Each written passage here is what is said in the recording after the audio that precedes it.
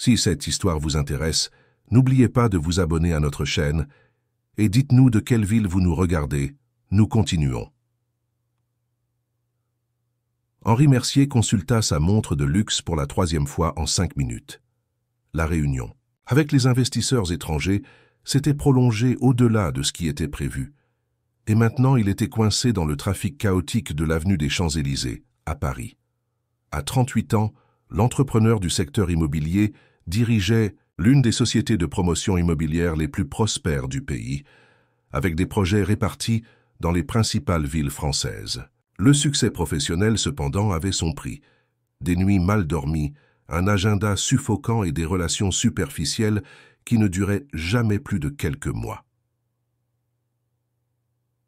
Son chauffeur, Sébastien, tentait de contourner les embouteillages.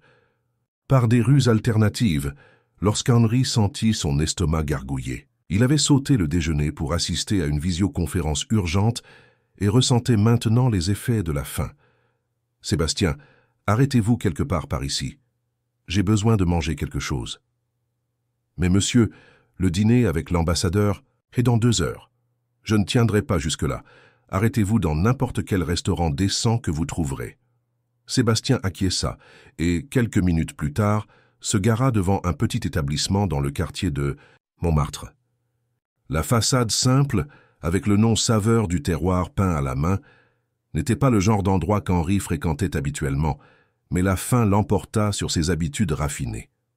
En entrant, il fut accueilli par l'arôme invitant de la cuisine maison et par le bourdonnement chaleureux de conversations animées. L'ambiance rustique, décorée de tableaux colorés et de plantes, transmettait une authenticité qu'il n'avait pas expérimentée depuis longtemps.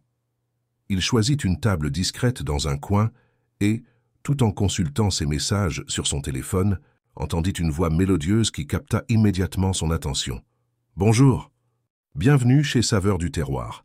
Puis-je vous aider avec une suggestion du menu ?» Henri leva les yeux et se retrouva face à un sourire qui le désarma complètement. La jeune serveuse, avec ses cheveux bouclés attachés en un chignon décontracté et des yeux couleur ambre, irradiait une énergie qui contrastait avec tout ce qu'il connaissait dans son cercle social. Son badge indiquait « Julie ». « C'est votre première fois ici, n'est-ce pas ?» demanda-t-elle, remarquant son costume impeccable et sa montre de luxe. « Vous semblez un peu déplacé. » L'observation directe, au lieu de l'offenser, provoqua chez Henri un sourire sincère.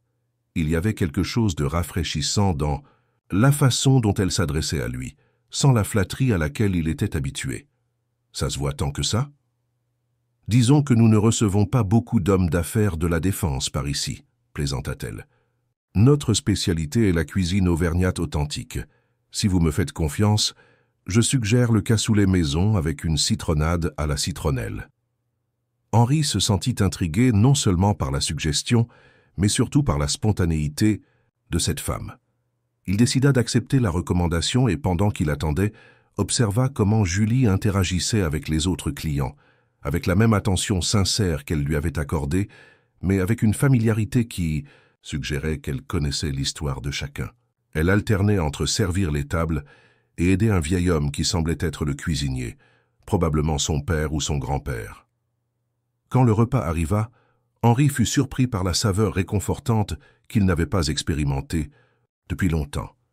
Chaque bouchée évoquait des souvenirs d'une simplicité qu'il avait laissée derrière lui dans son ascension vers le succès.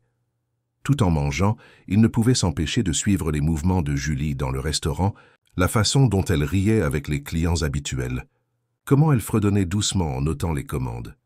À la fin du repas, quand elle apporta l'addition, Henri ne put résister. « Que fait une jeune femme comme vous en dehors de travailler dans ce restaurant ?» Julie parut momentanément, surprise par la question directe, mais répondit avec naturel. « J'étudie les arts visuels à la Sorbonne le matin.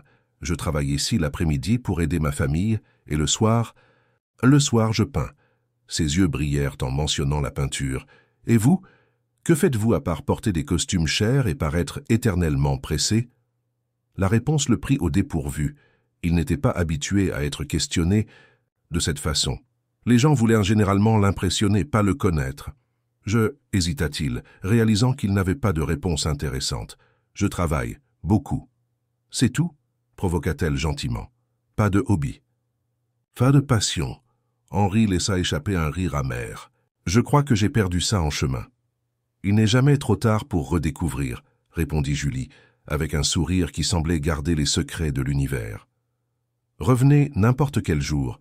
Qui sait, la prochaine fois, vous me raconterez peut-être autre chose que votre travail. Il laissa un généreux pourboire et sortit du restaurant en ressentant quelque chose qu'il ne pouvait nommer. Tandis que Sébastien conduisait vers le prochain rendez-vous, Henri ne pouvait pas chasser de sa tête l'image de Julie, son sourire authentique et sa manière simple d'envisager la vie. La semaine suivante, contrariant sa routine méticuleusement planifiée, Henri retourna chez Saveurs du Terroir. Il se convainquit que c'était uniquement pour la nourriture exceptionnelle, mais il savait au fond qu'il recherchait cette sensation d'authenticité qu'il avait éprouvée en présence de Julie. Cette fois, il arriva plus tôt et trouva le restaurant moins fréquenté. Julie le reconnut immédiatement et le conduisit à la même table que lors de sa visite précédente. « L'homme d'affaires de la Défense est revenu », plaisanta-t-elle. « Êtes-vous prêt à me parler d'autre chose que votre travail aujourd'hui ?» La conversation coula avec une facilité surprenante. Henri raconta son enfance en Auvergne, comment il avait quitté une petite ville pour construire son empire à Paris, et comment parfois il regrettait la simplicité de ses origines. Julie, à son tour, parla de son rêve de monter une exposition avec ses toiles, des difficultés financières que sa famille affrontait depuis que son père était tombé malade, et comment le restaurant, qui appartenait à ses parents, traversait des difficultés. « Puis-je voir vos œuvres un jour ?» demanda Henri, sincèrement intéressé. Le visage de Julie s'illumina. « J'ai quelques toiles dans le débarras, ici même. Si vous voulez, je peux vous les montrer après que l'affluence diminue. » Quand le restaurant se vida, elle l'emmena dans une petite salle à l'arrière qui servait de débarras et apparemment de studio improvisé. Les murs étaient couverts de toiles vibrantes qui représentaient des scènes urbaines de Paris avec une perspective unique. Il y avait quelque chose de magique dans la façon dont elle capturait l'essence chaotique et en même temps poétique de la métropole. « C'est extraordinaire », murmura Henri, véritablement impressionné. « Vous avez un talent incroyable, Julie. »« Julie », corrigea-t-elle. « Mes amis m'appellent Julie. » Cette simple phrase, l'inclusion implicite dans le cercle des personnes proches, d'elle provoqua chez Henri une vague de chaleur dans la poitrine. Tout en observant les toiles, se sentant de plus en plus impliqué dans l'univers artistique de cette jeune femme, il réalisa que quelque chose avait changé en lui. La routine suffocante, les engagements interminables, les relations superficielles, tout semblait distant dans ce petit débarras transformé en galerie. En prenant congé, il promit de revenir. Et pour la première fois depuis des années, il fit une modification dans son agenda non par nécessité, mais par désir. Henri Mercier, l'impitoyable homme d'affaires, avait trouvé quelque chose, ou quelqu'un, qui finalement le faisait se demander si le chemin qu'il avait choisi était vraiment celui qu'il voulait suivre. Dans les semaines qui suivirent, Henri réorganisa sa routine pour inclure des visites régulières chez Saveurs du Terroir. Ce qui avait commencé comme un détour occasionnel sur son chemin devint un rituel qui l'attendait avec une anxiété croissante. Son assistant personnel, Marc, commença à remarquer les changements subtils dans le comportement de son patron. Des réunions stratégiquement reportées pour la fin de l'après-midi, un sourire discret qui apparaissait en consultant sa montre, près de l'heure du déjeuner, et une légèreté qu'il n'avait pas montrée depuis longtemps. « Avez-vous un engagement important cet après-midi » demanda Marc un jeudi, après qu'Henri eut refusé un déjeuner d'affaires avec un investisseur étranger. « Rien qui figure dans l'agenda officiel », répondit Henri avec un demi-sourire, tout en signant quelques documents. « Juste une étude de marché personnel. » La vérité était qu'Henri avait découvert que les jeudis étaient les jours où l'affluence au restaurant diminuait, permettant des conversations plus longues avec Julie. À chaque rencontre, il se sentait plus fasciné par la perspective unique qu'elle avait du monde. La façon dont Julie, comme il l'appelait maintenant, parlait des couleurs, des textures et de la beauté trouvée dans les choses les plus simples, le transportait dans une réalité qu'il n'avait jamais explorée. Cet après-midi-là, en arrivant au restaurant, il remarqua que Julie semblait préoccupée en servant les quelques tables occupées. Son sourire habituel était présent, mais n'atteignait pas ses yeux. « Quelque chose s'est passé ?» demanda Henri quand elle vint le servir. Julie hésita un moment, mais quelque chose dans L'expression sincèrement préoccupée d'Henri la fit s'ouvrir. « Mon père a dû être hospitalisé hier. Sa tension artérielle s'est déréglée à nouveau. » Elle soupira, passant la main dans ses cheveux. « Et pour couronner le tout, nous avons reçu aujourd'hui une notification de la banque. Si nous ne régularisons pas l'emprunt que nous avons fait pour les rénovations du restaurant, nous pourrions tout perdre. » La vulnérabilité dans son regard frappa Henri comme un coup de poing dans l'estomac. Habitué à résoudre des problèmes d'entreprise avec la froideur de celui qui déplace des chiffres dans des tableurs, il se sentit impuissant face à la souffrance réelle de cette famille. « Je suis désolé, Julie. Y a-t-il quelque chose que je puisse faire pour aider ?» Elle secoua la tête, forçant un sourire. « Merci, mais ce sont des problèmes de famille. Nous nous débrouillerons. » Changeant de sujet brusquement, elle demanda, comme d'habitude aujourd'hui, le cassoulet avec la citronnade à la citronnelle. Henri acquiesça, respectant sa tentative de maintenir sa dignité. Tout en l'observant, s'éloigner, une idée commença à se former dans son esprit. En tant qu'homme d'affaires influent, il avait des contacts dans le système bancaire qui pourraient faciliter la renégociation du prêt de la famille Durand. Mais quelque chose l'empêcha d'offrir cette aide directement. Peut-être la crainte, que Julie l'interprète comme une tentative de l'impressionner ou, pire, d'exercer une sorte de pouvoir sur elle. Ce soir-là, après être retourné dans son appartement au dernier étage avec vue sur le jardin du Luxembourg, Henri passa quelques appels. Utilisant son prestigieux cabinet d'avocat comme intermédiaire, il organisa la renégociation du prêt de la famille à des conditions beaucoup plus favorables, sans que son identité ne soit révélée. Il s'arrangea également pour que les frais médicaux du père de Julie soient mystérieusement couverts par un programme social de l'hôpital. La semaine suivante, lorsqu'il retourna au restaurant, il fut accueilli par une Julie radieuse, complètement transformée par rapport à la rencontre précédente. « Vous ne croirez pas ce qui s'est passé », s'exclama-t-elle dès qu'elle le vit, incapable de contenir son enthousiasme. « C'était comme un miracle. La banque nous a offert des conditions incroyables pour renégocier le prêt. Et l'hôpital a informé que les traitements de mon père sont couverts par un programme dont nous ne savions même pas l'existence. » Le bonheur sincère sur son visage fut toute la récompense dont Henri avait besoin. Il ressentit une chaleur dans la poitrine qu'il n'avait pas éprouvée depuis longtemps, la sensation de faire quelque chose de vraiment significatif pour quelqu'un.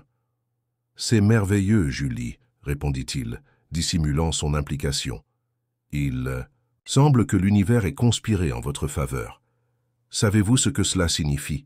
Elle s'assit rapidement en face de lui, les yeux brillants d'excitation. « Maintenant, je peux économiser pour l'exposition dont j'ai toujours rêvé. D'ailleurs, Julie baissa la voix comme si elle partageait un secret. Une galerie au centre-ville m'a contacté après avoir vu mon portfolio en ligne. Ils sont intéressés à inclure certaines de mes toiles dans une exposition collective le mois prochain. » La façon dont son visage s'illuminait en parlant de ses rêves artistiques était hypnotisante. Henri réalisa qu'il souriait plus en sa présence que dans tous les événements sociaux et réunions d'affaires des dernières années. « Cela mérite une célébration, suggéra-t-il.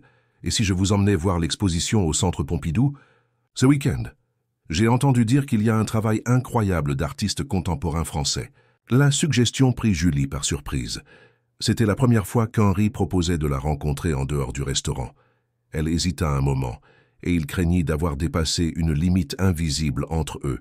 « Ce n'est pas, vous savez, un rendez-vous romantique, » ajouta-t-il rapidement, se sentant étrangement nerveux. « Juste deux amis appréciant l'art. » Julie sourit, et Henri réalisa qu'il aurait préféré que ce soit un rendez-vous, mais n'osa pas se corriger. « J'adorerais, » répondit-elle finalement. « Dimanche après-midi, je suis libre. » Le dimanche arriva avec une attente qu'Henri n'avait pas ressentie depuis l'adolescence. Il choisit des vêtements plus décontractés que ses costumes habituels, optant pour une chemise en lin et un pantalon foncé. En rencontrant Julie à l'entrée du musée, il réalisa qu'il ne l'avait jamais vue en dehors de l'uniforme du restaurant. Elle portait une robe simple, imprimée de petites fleurs, les cheveux détachés encadrant son visage dans une cascade de boucles. Elle était éblouissante dans sa simplicité. L'après-midi au musée se révéla être une expérience transformatrice. Henri, habitué à voir l'art comme un investissement et un statut, redécouvrit le plaisir de simplement apprécier la beauté et l'expression. Les commentaires perspicaces de Julie sur les œuvres sa vision unique des techniques et des significations, lui montrèrent un monde qui avait toujours été là, mais qu'il n'avait jamais vraiment su voir. « Vous voyez les choses d'une manière que je n'avais jamais imaginée », commenta-t-il en observant une installation contemporaine. « C'est parce que vous êtes habitué à voir le monde en termes de valeurs marchandes, » répondit-elle sans jugement, constatant simplement un fait. « Je vois en termes d'émotions, d'histoire, de possibilités. » Cette observation le frappa avec la force d'une révélation. C'était exactement ce qui manquait dans sa vie, la capacité de voir au-delà du pragmatisme, de se connecter au monde à travers les émotions. Après le musée, ils se promenèrent dans le centre historique de Paris, découvrant de petites galeries et des cafés cachés que Julie connaissait. Dans l'une de ces pauses, assis à une table de terrasse en prenant un café, la conversation dériva vers des territoires plus personnels. « Pourquoi quelqu'un comme vous s'intéresse-t-il à quelqu'un comme moi ?» demanda soudainement Julie, ses yeux fixés sur sa tasse. « Nous sommes de mondes complètement différents. » La question prit Henri au dépourvu. « Que voulez-vous dire par quelqu'un comme vous ?»« Allons, Henri, » sourit-elle avec un mélange d'amusement et de sérieux. « Votre montre coûte probablement plus que tout ce que ma famille possède. Vous dirigez des entreprises, fréquentez des galas, voyagez dans le monde entier. Je suis une étudiante en art qui sert aux tables pour payer ses études. » Henri sentit un pincement au cœur. La réalité des différences sociales entre eux qu'il avait tenté d'ignorer devenait impossible à nier. « C'est peut-être exactement pour cela, » répondit-il après un moment de réflexion. « Dans votre monde, j'ai trouvé quelque chose qui n'existe pas dans le mien, l'authenticité. Vous vivez vraiment, Julie. Vous créez de l'art qui signifie quelque chose. Vous vous connectez sincèrement avec les gens. Dans mon monde, tout est calculé, stratégique, superficiel. » La sincérité de la réponse sembla désarmer Julie. Elle était sur le point de dire quelque chose quand son téléphone sonna. En vérifiant le message, son expression changea complètement. « Tout va bien ?» demanda Henri, remarquant son changement d'humeur soudain. « C'est Richard, » répondit-elle, rangeant son téléphone avec un malaise visible. « Mon ex, il est revenu du Portugal et veut me voir. » Le nom tomba comme une pierre entre eux, apportant une réalité qu'Henri préférait ignorer. Julie avait une vie, des connexions et une histoire qui existaient bien avant qu'il n'entre, chez Saveurs du Terroir. Et maintenant, une figure du passé d'elle menaçait de compliquer davantage la connexion délicate qu'il construisait. « Vous avez rompu il y a longtemps ?»« 6 mois, » répondit-elle, évitant son regard. « Il a reçu une bourse pour étudier la gastronomie à Lisbonne, et nous avons décidé de rompre. Mais maintenant il est revenu et sa voix faiblit. C'est compliqué. » Cet après-midi, qui avait commencé avec tant de promesses, se termina avec un nuage d'incertitude planant sur eux. Henri raccompagna Julie chez elle, un petit appartement, dans un quartier de classe moyenne, avec le sentiment que quelque chose avait changé. Le fantôme d'un ex-petit ami fraîchement revenu du Portugal n'était qu'un rappel des nombreuses complications qui pourraient surgir dans cette connexion improbable entre un homme d'affaires millionnaire et une serveuse artiste. Richard Martin revint à Paris avec la confiance de celui qui croit que le monde a patiemment attendu son retour. Après 6 mois d'études en gastronomie au Portugal, il revenait avec un diplôme international et des projets ambitieux. Le premier d'entre eux, reconquérir Julie Durand, la femme qu'il avait laissée derrière lui au nom de sa carrière. Ce que Richard n'attendait pas, c'était de trouver une Julie différente de la jeune femme insécurisée qu'il avait connue. Dans les semaines suivant son retour, ses tentatives de rapprochement furent accueillies avec une cordialité distante qui le déconcertait. La Julie qu'il connaissait l'avait toujours accueilli à bras ouverts, pardonnant ses fautes avec un sourire compréhensif. Maintenant, quelque chose avait changé. « Vous semblez différente », commenta-t-il lors d'un café après avoir insisté pendant des jours pour qu'elle accepte de le voir. « Plus confiante. »« Les gens changent, Richard, » répondit-elle, remuant distraitement sa tasse. « 6 mois, c'est assez de temps pour que beaucoup de choses se produisent. C'est à cause de ce type, n'est-ce pas, l'homme d'affaires qui apparaît au restaurant ?» La question prit Julie par surprise. Elle ne savait pas que Richard avait observé ses interactions avec Henri. Henri est juste un ami, répondit-elle, bien que la rougeur sur ses joues suggérât quelque chose de plus complexe. Et même si ce n'était pas le cas, ce ne serait pas vos affaires. Nous avons rompu, vous vous souvenez? Richard rit avec amertume. Nous avons rompu parce que je devais aller au Portugal. Maintenant, je suis de retour et j'ai pensé que nous pourrions reprendre, là où nous nous étions arrêtés. La vie ne fonctionne pas comme ça, répondit Julie, ressentant une confiance qu'elle ne reconnaissait pas en elle-même. Je ne peux pas simplement mettre en pause mes sentiments, mes projets, ma vie, et les reprendre quand c'est pratique pour vous. La fermeté dans sa voix les surprit tous les deux. 6 mois auparavant, Julie aurait cédé, acceptant les conditions de Richard avec la gratitude de celle qui reçoit une seconde chance. Maintenant, quelque chose s'était éveillé en elle, une conscience de sa propre valeur qui rendait impossible le retour à l'ancien schéma. Pendant ce temps, Henri affrontait ses propres dilemmes. La présence de Richard dans la vie de Julie fit ressurgir des insécurités que l'homme d'affaires pensait avoir surmontées depuis longtemps. Dans son monde des affaires, il était habitué à contrôler les variables, à prévoir les résultats, à atténuer les risques. Mais le territoire des sentiments était imprévisible et terriblement nouveau. Par un après-midi particulièrement agité au bureau, alors qu'il révisait des contrats pour un nouveau projet dans l'ouest de Paris, Henri fut interrompu par son assistant. « Monsieur Mercier et Madame Olivier de la Fondation culturelle est en ligne. Elle dit que c'est à propos du programme de parrainage pour les artistes émergents. » Henri hésita un moment. Il avait fait un don significatif à la Fondation avec la condition spécifique qu'ils incluent Julie parmi les artistes sélectionnés pour la prochaine exposition collective. C'était un geste bien intentionné, une façon de l'aider à réaliser son rêve sans exposer son intervention.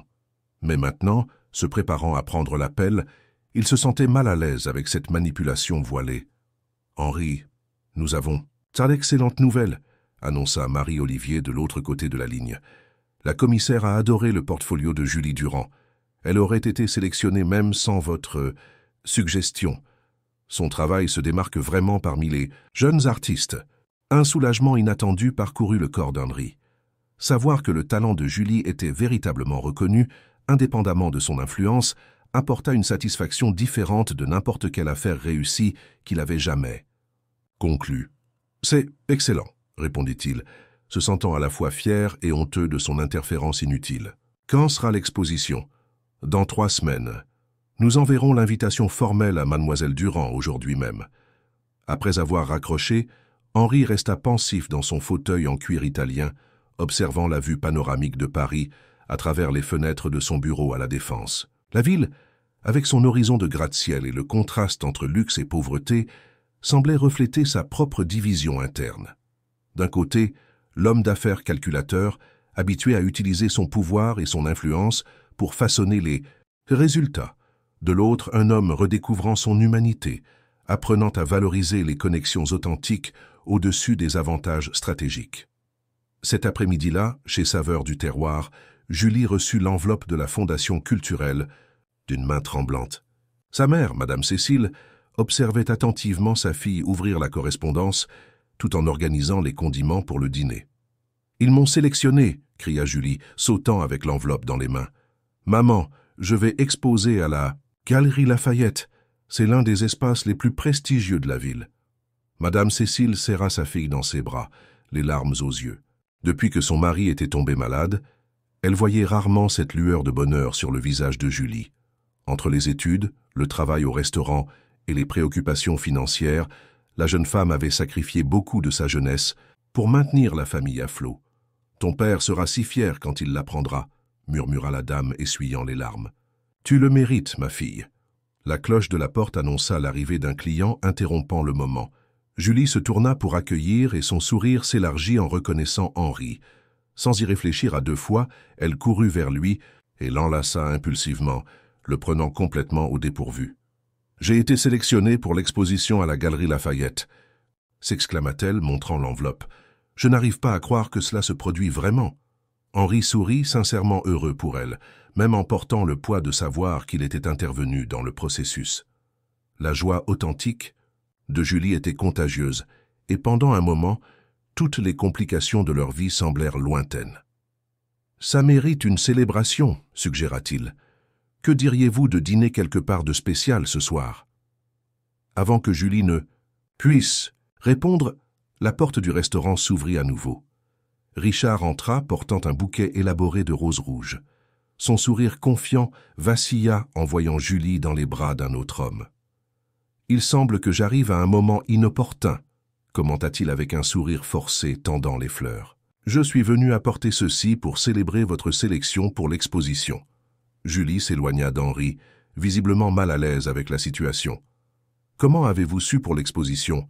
Je viens de recevoir la notification. »« J'ai des contacts à la fondation ?» répondit Richard avec un haussement d'épaule, lançant un regard évaluateur à Henri. « Vous ne me présentez pas votre ami ?» La gêne planait dans l'air comme un brouillard dense. Julie hésita un moment avant de faire les présentations. « Richard, voici Henri Mercier. Henri, voici Richard Martin, un ancien ami. » Les deux hommes échangèrent une poignée de mains chargées de tension, mal dissimulée. Henri, avec son costume italien et sa posture impeccable, émanait une confiance tranquille, qui contrastait avec le charme étudié de Richard dans sa veste en cuir et ses cheveux soigneusement décoiffés. « Mercier », répéta Richard pensivement. « De Mercier Immobilier ? Intéressant de vous trouver dans un restaurant familial si modeste. Saveur du terroir à la meilleure nourriture et le meilleur service de la ville, » répondit Henri avec un sourire poli mais ferme. « Certains plaisirs ? Non, pas de prix. » Julie observait l'échange avec un malaise croissant. L'arrivée de Richard avait gâché le moment spécial qu'elle partageait avec Henri, et la tension entre les deux hommes était palpable. « Je dois retourner au travail, » dit-elle finalement, prenant les fleurs de Richard et les plaçant sur le comptoir. « Merci pour la visite, Richard. Et Henri, pouvons-nous parler de ce dîner plus tard ?» Tandis que Julie s'éloignait pour servir d'autres clients, les deux hommes restèrent dans un silence évaluateur. Ce fut Richard qui brisa finalement l'impasse. « Elle n'est pas de votre monde, vous savez, » dit-il à voix basse avec un sourire qui n'atteignait pas ses yeux. « Julie et moi avons grandi ensemble dans le même quartier, fréquenté les mêmes fêtes, connu les mêmes personnes. Que pensez-vous pouvoir lui offrir à part quelques moments d'éblouissement avec votre richesse ?» Henri garda son sang-froid, bien qu'il ressentît une colère croissante face à la provocation. « Je pense que Julie est parfaitement capable de décider ce qu'elle veut et qui elle veut dans sa vie, » répondit-il calmement. « Et d'après ce que j'ai compris, elle a déjà pris certaines décisions à ce sujet. » Richard rit, bien que ses yeux restent froids. Pour l'instant, peut-être, mais quand la nouveauté passera et qu'elle réalisera qu'elle appartient à ce monde, pas au vôtre. Il laissa la phrase inachevée, avec une confiance qui irrita profondément Henri. Pendant ce temps, dans la cuisine, Madame Cécile observait sa fille avec inquiétude. « Qui est cet homme en costume qui vient ici si souvent ?» Julie soupira, arrangeant des assiettes à servir. « C'est Henri, maman, un client devenu ami. »« Ami ?» Madame Cécile leva un sourcil sceptique. « Il te regarde comme ton père me regardait, quand nous nous sommes rencontrés. Et cet autre Richard est revenu pour toi, n'est-ce pas? C'est compliqué, maman. La ville est toujours, ma fille. Fais juste attention. Des hommes riches comme celui-là ne s'impliquent généralement pas sérieusement avec des filles de notre condition. » Les paroles de sa mère résonnèrent dans l'esprit de Julie, tandis qu'elle retournait dans la salle. Elle observa Henri et Richard encore engagé dans une conversation tendue et sentit le poids des choix qu'elle devrait faire. D'un côté, Richard représentait la familiarité, la sécurité, un passé partagé. De l'autre, Henri apportait la promesse de nouvelles possibilités, d'un monde qu'elle commençait à peine à entrevoir. Ce soir-là, après la fermeture du restaurant, Julie trouva une enveloppe discrète avec son nom sur le comptoir. À l'intérieur, une carte simple avec la calligraphie élégante d'Henri. « Votre art mérite d'être vu par le monde, non par mon influence ou celle de quiconque, mais par son propre mérite. Félicitations pour la sélection plus que méritée. Si vous voulez toujours ce dîner de célébration, je vous attendrai. H. » Julie sourit, touchant la carte comme si c'était quelque chose de précieux. Les mots simples contenaient exactement ce qu'elle avait besoin d'entendre à ce moment, une reconnaissance de sa valeur, de son talent, de sa capacité à conquérir des espaces par son propre mérite. À l'extérieur du restaurant, cependant, Richard observait par la fenêtre, son visage un masque de détermination.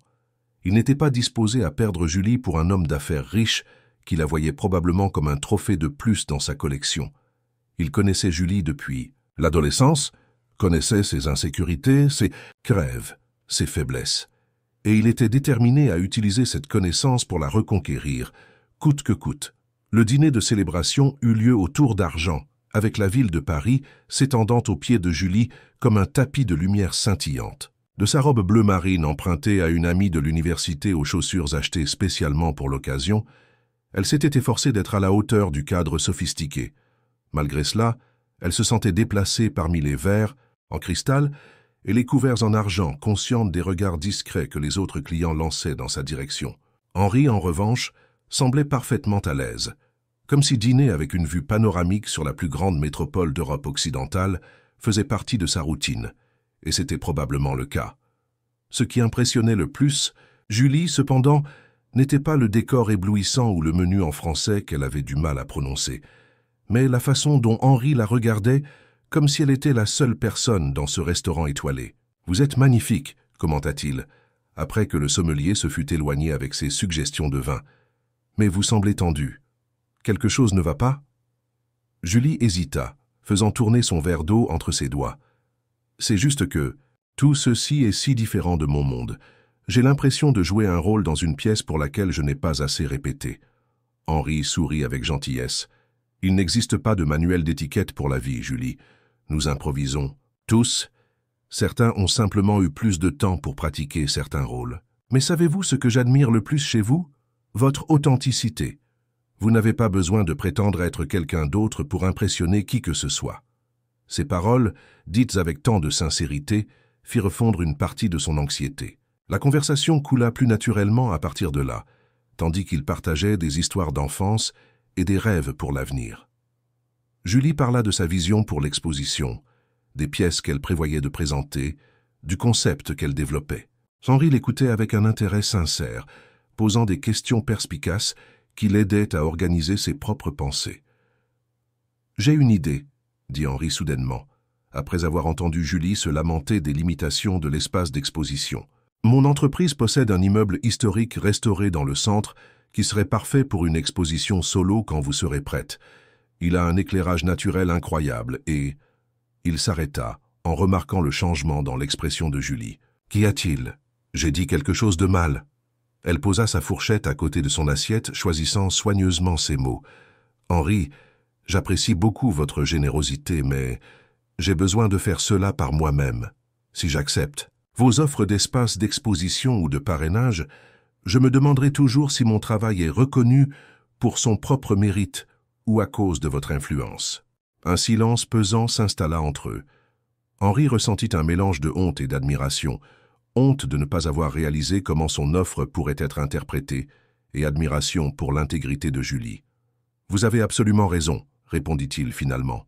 « Je m'excuse, je suis tellement habitué à résoudre les problèmes avec de l'argent et de l'influence que j'oublie parfois que tout ne peut pas ou ne doit pas être résolu de cette façon. » L'honnêteté de cet aveu créa une nouvelle couche d'intimité entre eux. Pour la première fois, Julie entrevit non seulement l'homme d'affaires accompli, mais l'homme vulnérable derrière la façade de confiance. « Comment pouvons-nous résoudre cela ?» demanda Henri, sincèrement intéressé à trouver un équilibre. « Je veux soutenir vos rêves, mais je ne veux pas compromettre votre indépendance ou votre intégrité artistique. » Julie réfléchit un moment. « Que diriez-vous de ceci? Vous pouvez être mon ami, mon confident même. » Elle hésita, rougissant. « Légèrement. Quelque chose de plus, si c'est ce que nous voulons tous les deux. Mais quand il s'agit de ma carrière artistique, j'ai besoin de faire mon propre chemin. » Henri tendit la main par-dessus la table, entrelaçant ses doigts aux siens. « C'est un accord équitable. Et pour être complètement honnête, je pense que c'est exactement cette indépendance qui me fascine tant chez vous. » Le reste du dîner se déroula dans une bulle de complicité, comme si le reste du monde avait disparu. Quand Henri la raccompagna chez elle, le baiser qu'ils partagèrent sous le clair de lune avait un goût de promesse. Le début de quelque chose qu'aucun des deux n'avait planifié, mais que tous deux commençaient à désirer profondément. Le lendemain matin, Julie se réveilla avec une sensation de légèreté qu'elle n'avait pas éprouvée depuis des mois. Elle se prépara pour une nouvelle journée de cours à l'université, suivie par son service au restaurant. Mais quelque chose avait changé. Les mêmes tâches routinières semblaient maintenant imprégnées d'un objectif renouvelé, comme si chaque moment la rapprochait d'une version plus complète d'elle-même. Sa bulle de bonheur, cependant, éclata dès qu'elle arriva à l'université. Sur le tableau d'affichage du département des arts visuels, plusieurs étudiants s'agglutinaient autour d'une affiche récemment placée.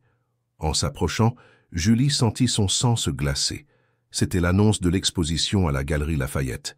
Mais avec une observation manuscrite en rouge, « Saviez-vous que Julie Durand n'a été sélectionnée que parce qu'elle a un sponsor puissant? Demandez-lui à propos d'Henri Mercier de Mercier Immobilier. » Le bourdonnement entre les collègues cessa brusquement quand ils remarquèrent sa présence. Certains détournèrent le regard, gênés, tandis que d'autres l'observaient avec une curiosité malveillante. Julie arracha l'affiche d'une main tremblante, la froissant en boule qu'elle jeta dans la poubelle la plus proche. « Julie, est-ce vrai ?» demanda Florence, sa collègue la plus proche à l'université. « Tu connais Henri Mercier? C'est l'un des hommes les plus riches de Paris. »« C'est un client du restaurant, » répondit Julie, sentant son visage brûler.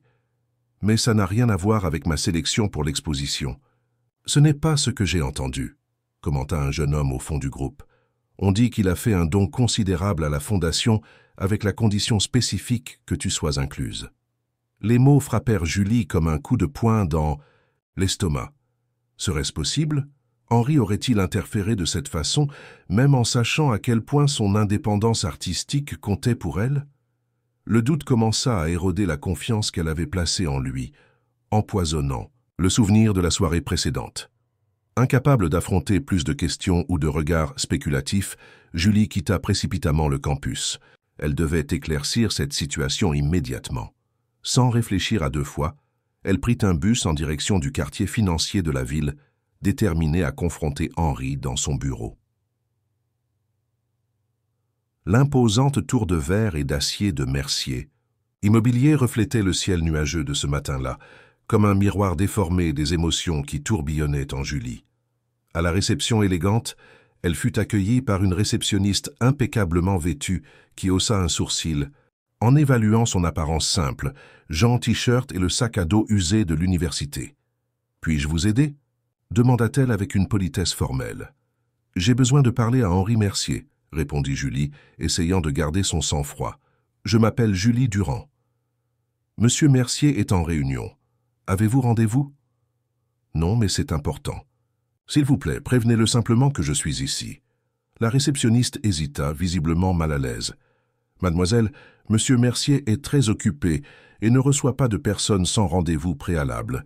Peut-être, si vous voulez, laissez vos coordonnées. »« Tout va bien, Véronique, » interrompit une voix masculine. « Je vais m'occuper de Mademoiselle Durand. » Marc, l'assistant personnel d'Henri, s'approcha avec un sourire professionnel. Julie le reconnut des fois où il avait accompagné Henri au restaurant. « Mademoiselle, Durand, veuillez me suivre. Monsieur Mercier est en visioconférence avec des investisseurs japonais, mais je suis sûr qu'il sera heureux de vous voir dès qu'il aura terminé. » Julie fut conduite à travers des couloirs élégants, jusqu'à une salle d'attente privée adjacente au bureau d'Henri. La décoration minimaliste, avec des œuvres d'art contemporain et des meubles design, reflétait le goût raffiné qu'elle commençait à reconnaître chez l'homme d'affaires. « Désirez-vous un café? De l'eau? Du thé ?» proposa Marc. « Non, merci, j'ai juste besoin de lui parler. » Marc acquiesça et sortit discrètement, la laissant seule avec ses pensées tumultueuses. Par la porte entr'ouverte, Julie pouvait entendre la voix d'Henri dirigeant. La réunion en anglais fluide. Il semblait tellement à l'aise dans ce rôle de leader d'entreprise, si éloigné de l'homme vulnérable qu'elle avait connu la veille au soir. Ses yeux parcoururent la pièce, s'arrêtant sur une photographie encadrée sur une table latérale. Henri, lors d'un événement caritatif, entouré de personnes élégamment vêtues, incluant plusieurs femmes éblouissantes qui le regardaient avec une admiration évidente. L'image intensifia son insécurité. Que faisait-elle, simple serveuse et étudiante en art, ici, sur le point de confronter un homme qui évoluait avec aisance parmi les millionnaires et les célébrités? Avant qu'elle puisse reconsidérer sa décision impulsive, la porte du bureau s'ouvrit complètement, et Henri apparut, son visage s'illuminant de surprise sincère et de plaisir en la voyant. « Julie, Quelle merveilleuse surprise !» s'exclama-t-il, s'approchant pour l'embrasser. En remarquant son expression tendue, il s'arrêta. « Quelque chose s'est passé. »« Nous devons parler, » répondit-elle, la voix plus ferme qu'elle ne se sentait intérieurement. « En privé. » Henri fronça les sourcils, préoccupé, mais acquiesça. « Bien sûr. Allons dans mon bureau. » La vaste pièce, avec vue panoramique sur la ville, aurait intimidé n'importe qui dans des circonstances normales. Mais Julie était trop concentrée sur son indignation pour être impressionnée. « Avez-vous interféré dans ma sélection pour l'exposition ?» demanda-t-elle directement, dès que la porte se referma derrière eux. « Avez-vous fait un don à la Fondation, avec la condition qu'il m'inclue ?» L'hésitation momentanée d'Henri fut toute la confirmation dont elle avait besoin. Elle eut l'impression que le sol disparaissait sous ses pieds. « Julie, ce n'est pas exactement ça. »« C'est exactement ça ou non ?» insista-t-elle, luttant contre les larmes qui menacèrent de surgir. « S'il vous plaît, ne me mentez pas. » Henri soupira profondément, passant la main dans ses cheveux en un geste de frustration. « Oui, j'ai fait un don, mais je n'ai pas exigé votre inclusion comme condition. J'ai simplement suggéré qu'il considère votre travail. » Après avoir donné combien? 100 000? 200 000? Julie secoua la tête, incrédule. Pensez-vous vraiment qu'ils auraient eu la liberté de refuser la demande d'un donateur important? La commissaire a véritablement adoré votre travail, tenta d'expliquer Henri s'approchant. Marie m'a assuré que vous auriez été sélectionné indépendamment de mon intervention. Et vous l'avez cru, ou c'est ce que vous vouliez? Croire? Julie recula, gardant ses distances. Comment puis-je être sûr maintenant que je mérite d'être dans cette exposition? Comment saurais-je si les gens apprécient réellement mon art ou s'ils cherchent simplement à plaire aux sponsors puissants? La douleur dans sa voix était palpable, et Henri sentit le poids de son erreur avec une clarté dévastatrice. Il avait agi avec les meilleures intentions, voulant l'aider à réaliser ses rêves, mais n'avait pas pleinement compris à quel point son intervention pourrait nuire précisément à ce qu'il admirait le plus chez elle, son intégrité et son indépendance. « Julie, pardonnez-moi, demanda-t-il, la voix chargée d'émotion. J'ai fait une erreur. Je voulais tellement vous voir briller que je n'ai pas réalisé comment mon interférence pourrait compromettre exactement cela. »« Comment cela est-il arrivé au tableau d'affichage de mon université ?» demanda-t-elle, essuyant une larme obstinée. « Maintenant tout le monde parle, remettant en question mon mérite. » Henri parut sincèrement surpris et préoccupé. « Je ne sais pas.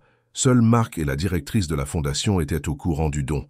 Je n'aurais jamais imaginé que cela deviendrait public. » Une pensée inquiétante vint à Julie. « Richard. Il a mentionné qu'il avait des contacts à la Fondation. Ça doit être lui. »« Pourquoi ferait-il cela ?» demanda Henri, bien qu'il soupçonnât déjà la réponse. « Pour m'éloigner de vous, » répondit Julie, la compréhension surgissant tandis qu'elle parlait. « Pour me faire douter de nous deux. » Le silence qui suivit était chargé d'émotions contradictoires. Julie se sentait trahie par Henri, manipulée par Richard et en doute sur sa propre valeur artistique. Henri, pour sa part, affrontait la douloureuse reconnaissance que son privilège et son pouvoir, outils qu'il avait toujours utilisés avec confiance, avaient causé du tort précisément à la personne qu'il voulait protéger. « Que faisons-nous ?»« Maintenant ?» demanda-t-il finalement, sa vulnérabilité évidente. Julie respira profondément, essayant d'organiser ses pensées. « J'ai besoin de temps, Henri, pour réfléchir à tout cela, à nous, à l'exposition. Je ne sais pas si je peux ou dois participer en sachant ce que je sais maintenant. S'il vous plaît, n'abandonnez pas l'exposition à cause de moi, » implora-t-il. « Votre travail mérite d'être vu, indépendamment de la façon dont vous y êtes arrivé.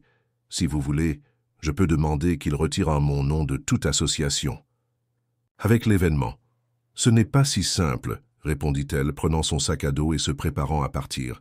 « Rien de tout cela ne l'est. » Lorsque Julie quitta l'imposant édifice de Mercier Immobilier, elle se sentait simultanément épuisée et étrangement légère. La confrontation avait été douloureuse, mais nécessaire. Elle avait besoin de ce temps pour réfléchir, pour séparer ses sentiments croissants pour Henri de la dynamique complexe de pouvoir qui imprégnait inévitablement toute relation entre personnes de mondes si différents. Ce qu'elle ne savait pas, tandis qu'elle marchait sur l'avenue animée, c'est que quelqu'un observait son départ du bâtiment avec un intérêt calculateur. Richard, adossé à sa voiture de l'autre côté de la rue, sourit avec satisfaction en voyant l'expression abattue sur le visage de Julie. Sa stratégie fonctionnait. Bientôt, croyait-il, elle réaliserait qu'elle appartenait à son monde, pas à celui d'Henri Mercier. Les jours qui suivirent furent marqués par un silence douloureux entre Julie et Henri. Elle ne répondait pas à ses appels et il respectait sa demande d'espace, bien que chaque jour sans nouvelles approfondisse la blessure dans sa poitrine. Le saveur du terroir, autrefois un refuge d'authenticité dans sa vie artificielle, était devenu un lieu interdit. Henri se plongea dans le travail comme moyen d'évasion, prolongeant les réunions tard dans la nuit et assumant de nouveaux projets qui exigeaient toute son attention. Un après-midi particulièrement épuisant, Marc entra dans son bureau avec une expression préoccupée. « Monsieur Mercier, vous n'avez pas quitté ce bureau depuis presque 2 semaines, sauf pour rentrer. Chez vous dormir, ce n'est pas sain. » Henri leva les yeux des documents qu'il analysait, surpris par la franchise inhabituelle de son assistant. « Nous sommes dans une phase critique de négociation avec les Chinois, Marc. Je ne peux pas me permettre de distraction. Avec tout, le respect que je vous dois, monsieur, cela n'a rien à voir avec les Chinois. Cela a à voir avec cette jeune femme, mademoiselle Durand. » La mention du nom de Julie fit visiblement se raidir Henri. « Ce n'est pas ton affaire. »« Peut-être pas, » continua Marc avec un courage qui les surprit tous deux. « Mais je travaille avec vous depuis 8 ans, et je ne vous ai jamais vu ainsi, pas même quand vous avez perdu cet appel d'offres face au groupe Albert. » Henri soupira, profondément, passant les mains sur son visage fatigué. Marc avait raison. Il avait transformé sa vie en travail pour éviter d'affronter le vide que l'absence de Julie avait créé. « Que suggères-tu alors ? Que je la cherche ? » Elle a clairement indiqué qu'elle avait besoin d'espace. « Pardonnez mon audace, mais vous n'avez pas construit un empire immobilier en abandonnant au premier obstacle, » répondit Marc, ajustant nerveusement sa cravate. Peut-être est-il temps de lui montrer qui est vraiment Henri Mercier, au-delà de l'homme d'affaires puissant. Les paroles de Marc résonnèrent dans l'esprit d'Henri longtemps après que l'assistant eut quitté la pièce. Qui était Henri Mercier au-delà de l'homme d'affaires puissant? Ces dernières années, il s'était tellement identifié à son rôle professionnel qu'il parvenait à peine à séparer l'homme de la fonction. Peut-être était-ce le véritable problème, pas seulement avec Julie, mais avec toute son existence.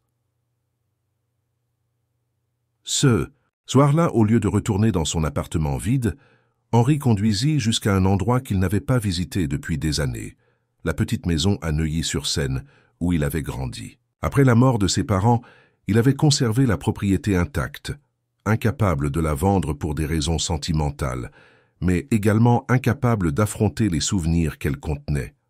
En se garant devant la construction modeste, il ressentit une vague d'émotions contradictoires. C'est là qu'il avait appris la valeur du travail acharné, en observant son père gérer une petite quincaillerie. C'est là aussi qu'il avait rêvé d'une vie différente, étudiant des nuits entières pour réussir le concours d'entrée à l'école polytechnique avec une bourse complète. La maison représentait ses racines, la base solide sur laquelle il avait construit son empire et qu'il négligeait systématiquement. Utilisant la clé qu'il portait encore sur son trousseau, il entra dans l'environnement silencieux. L'odeur de moisie et de poussière indiquait la longue période sans ventilation, mais sous ses couches, il pouvait encore sentir l'arôme caractéristique qu'il associait à son enfance. Il parcourut lentement les pièces, chaque objet éveillant des souvenirs. La table de la cuisine où sa mère l'aidait avec ses devoirs, la petite chambre où il avait passé des nuits à élaborer des plans ambitieux pour l'avenir, l'atelier improvisé où son père lui avait appris à réparer des objets cassés. Sur une étagère dans le salon, il trouva quelque chose qu'il cherchait inconsciemment, un album de photographies. Il s'assit sur le canapé couvert d'un drap protecteur et commença à feuilleter les pages jaunies.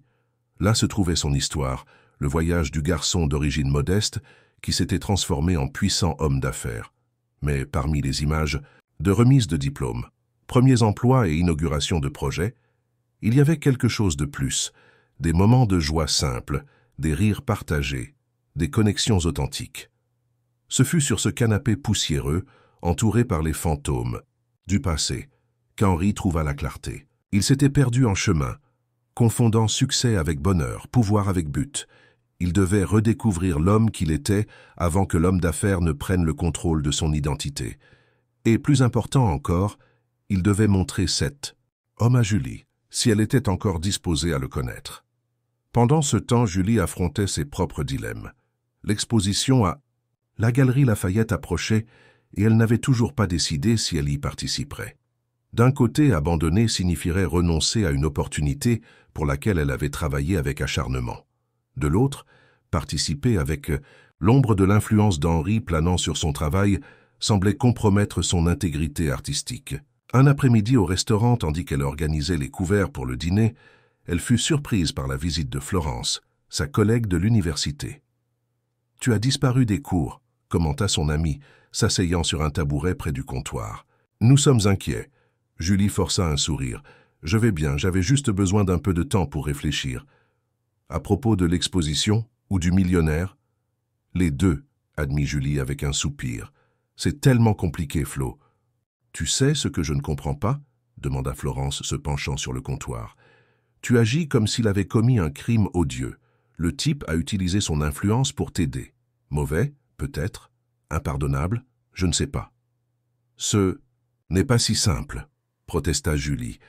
Bien que chaque jour qui passait, elle sentait son indignation initiale se diluer, laissant place à une compréhension plus nuancée de la situation. Et il s'agit de mon indépendance, de ma valeur en tant qu'artiste. Et tu penses vraiment que tu ne méritais pas d'être dans cette exposition? Que ton travail n'est pas assez bon? La question directe fit réfléchir Julie. C'était ce qui la dérangeait vraiment. Pas tant l'interférence d'Henri, mais le doute sur son propre talent que cette interférence avait éveillé. « Je ne sais plus, Flo. Parfois je pense que oui, d'autres fois. »« Absurde, » interrompit fermement Florence. « Ton travail est incroyable et n'importe qui avec un minimum de connaissances en art peut le voir. De plus. » Elle baissa la voix, se penchant plus près. « J'ai découvert quelque chose d'intéressant à propos de cette affiche sur le tableau d'affichage. » Julie haussa les sourcils, soudainement attentive. « Quoi ?» Richard a été vu en train de parler avec le concierge du bâtiment la veille. Apparemment, il a payé pour avoir accès au département en dehors des heures d'ouverture. Et devine quoi, l'écriture sur l'affiche est identique à la sienne. Je l'ai comparée avec les notes qu'il prenait quand nous étudions ensemble. La révélation ne surprit pas Julie autant qu'elle l'aurait dû. À un certain niveau, elle soupçonnait déjà l'interférence de Richard. Ce qui la surprit fut la douleur qu'elle ressentit, non pas pour la trahison d'un ex-petit ami, mais pour l'injustice qu'elle avait commise envers Henri, le jugeant si durement tout en pardonnant facilement les manipulations de Richard. « Que vas-tu faire maintenant ?» demanda Florence. Avant que Julie ne puisse répondre, la porte du restaurant s'ouvrit et son père entra, s'appuyant sur une canne. Monsieur Jacques, comme il était affectueusement connu dans le quartier, avait passé les dernières semaines en convalescence, après une chirurgie cardiaque sortant rarement de la maison. « Papa !» s'exclama Julie, courant pour l'aider. « Que fais-tu ici? Tu devrais te reposer. » Jacques sourit, les yeux brillants avec le même esprit indomptable qu'il avait transmis à sa fille. « J'en ai assez de rester à la maison, ma fille. De plus, j'avais besoin de voir de mes propres yeux comment se porte notre restaurant. » Tandis qu'elle aidait son père à s'installer à une table, Julie ne put s'empêcher de remarquer le regard inquiet qu'il lançait autour de lui, évaluant la fréquentation réduite de l'établissement. « C'est plus vide que d'habitude, » commenta-t-il. « C'est juste une phase, papa, ça ira mieux bientôt. » Jacques prit la main de sa fille entre les siennes, ridée par le temps et le travail. « Julie, ta mère m'a parlé de ce jeune homme riche qui venait ici. Est-il vrai qu'il t'a aidé avec l'exposition ?» Julie sentit son visage s'enflammer. « C'est compliqué, papa. »« La ville est toujours, » répondit-il avec la sagesse des années. « Mais sais-tu ce que j'ai appris, après avoir presque quitté ce monde? Que l'orgueil est un luxe que nous ne pouvons pas nous permettre.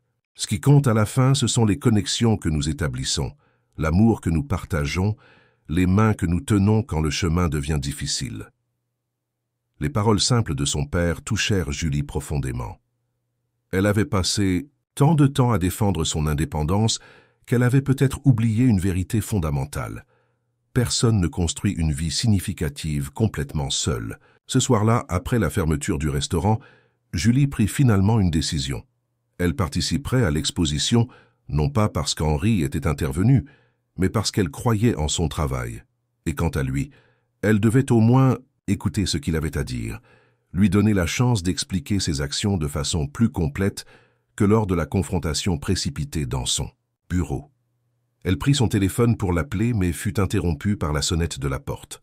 En ouvrant, elle se retrouva non pas face à Henri, comme elle l'espérait secrètement, mais face à Richard, tenant une bouteille de vin et affichant son sourire le plus charmeur. « J'ai pensé que nous pourrions parler, dit-il, entrant sans attendre d'invitation.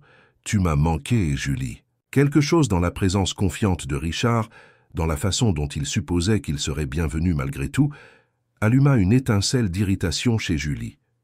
Elle l'observa marcher jusqu'à la petite cuisine de l'appartement, ouvrant des armoires à la recherche de verres comme s'il était chez lui. « C'est toi qui as mis cette affiche sur le tableau d'affichage de l'université, » affirma-t-elle sans détour.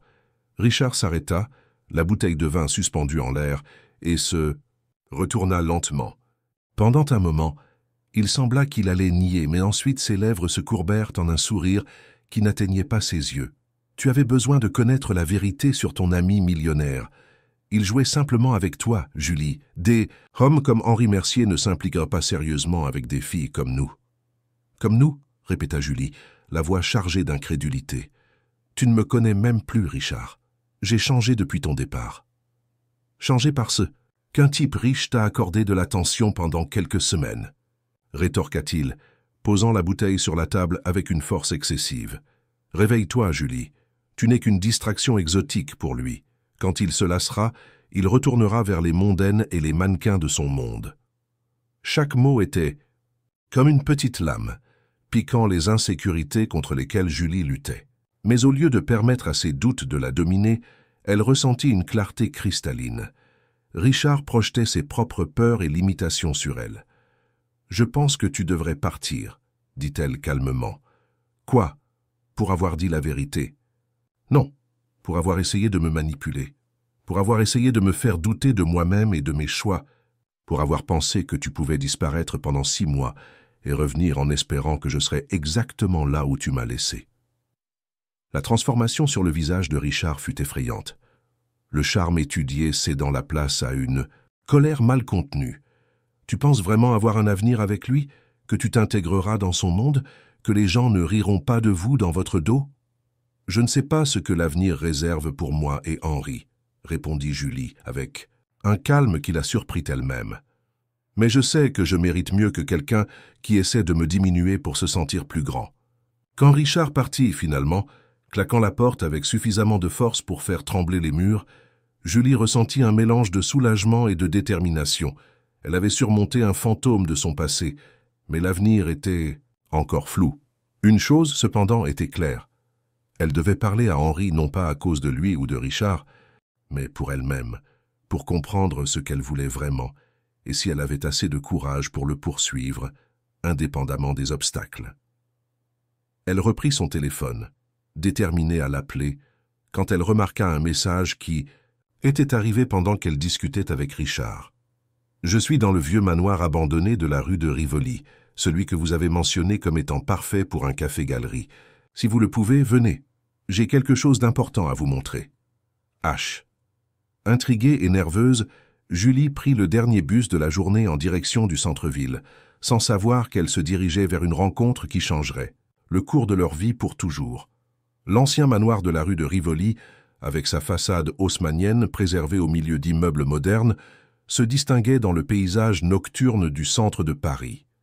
Julie descendit du bus et marcha, avec hésitation jusqu'à l'adresse, observant les fenêtres illuminées de ce qui aurait dû être un bâtiment abandonné. Son cœur battait rapidement, tant par l'anticipation de la rencontre que par la crainte de ce qu'elle pourrait découvrir. La lourde porte en bois sculpté était entr'ouverte. En la poussant, Julie fut accueillie par un chemin de petites lumières, LETD disposées au sol, la guidant à travers le vaste hall d'entrée. L'intérieur du manoir était étonnamment propre, sans les signes de détérioration qu'elle s'attendait à trouver dans un bâtiment ancien, supposément abandonné.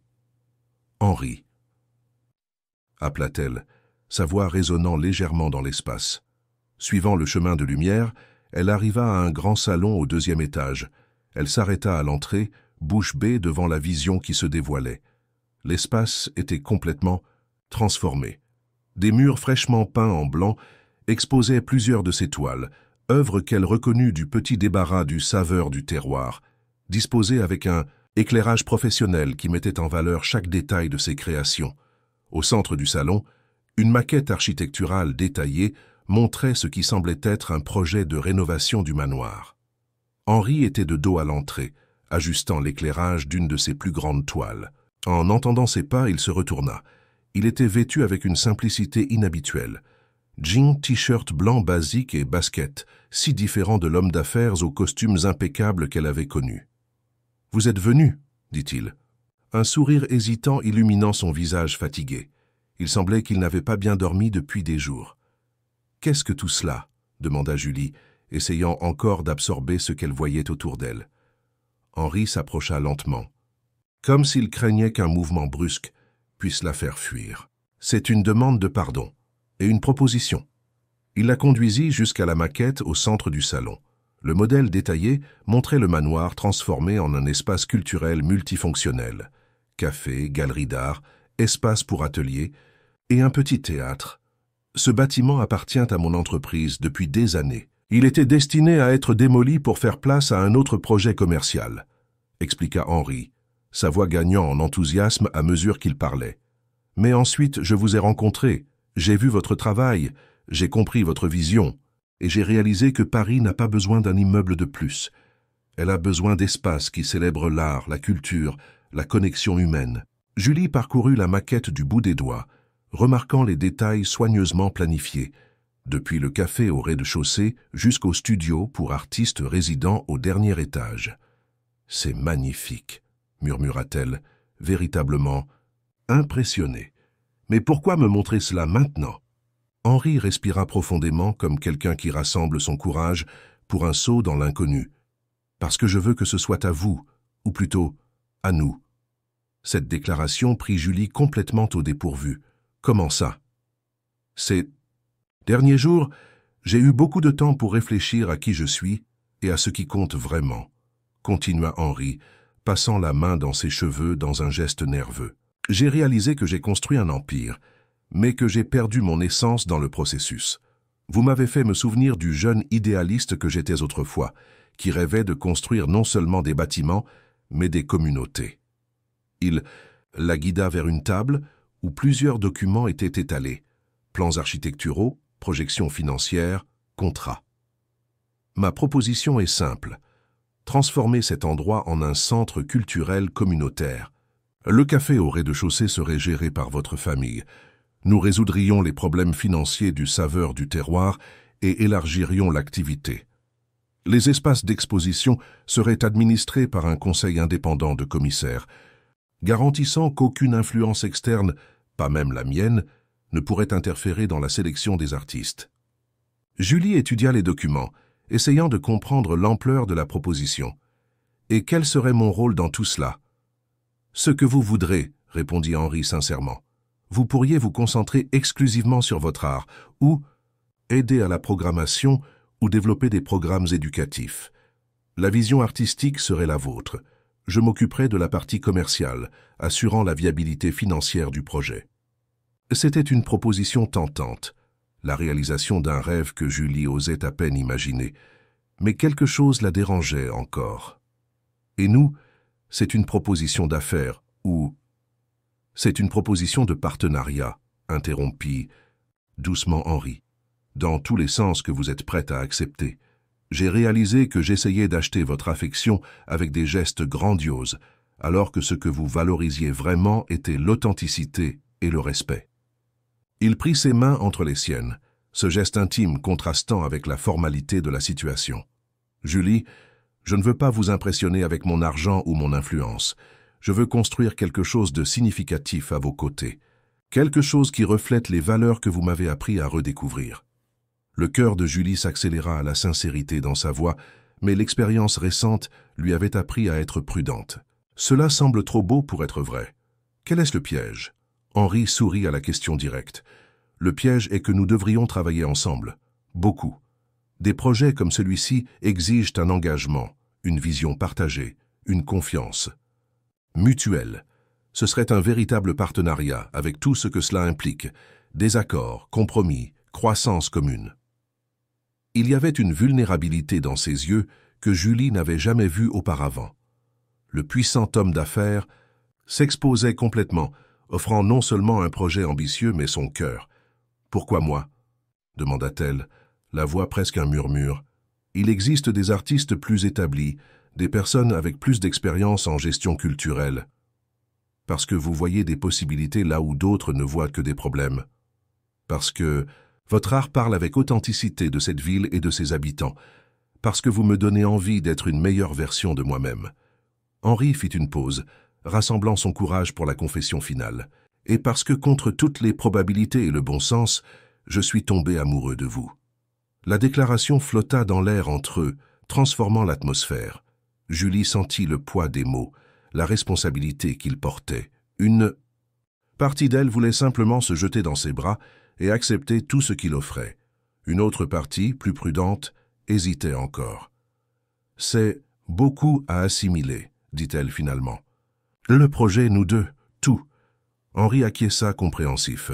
« Je sais, et je n'attends pas une réponse immédiate. » En fait, il marcha jusqu'à une table latérale et prit une enveloppe qu'il lui tendit. Ceci fait également partie de la proposition. À l'intérieur de l'enveloppe, Julie trouva un billet d'avion pour Paris et une lettre d'acceptation pour un prestigieux programme de résidence artistique dans la ville. « Je ne comprends pas, » murmura-t-elle confuse. « C'est une opportunité incroyable pour développer votre travail, » expliqua Henri. 3 mois à Paris, travaillant avec certains des commissaires et artistes les plus respectés du monde. Vous avez mentionné une fois que c'était votre rêve, alors j'ai contacté le programme. Ils ont vu votre portfolio et ont été impressionnés. Vous m'envoyez loin ?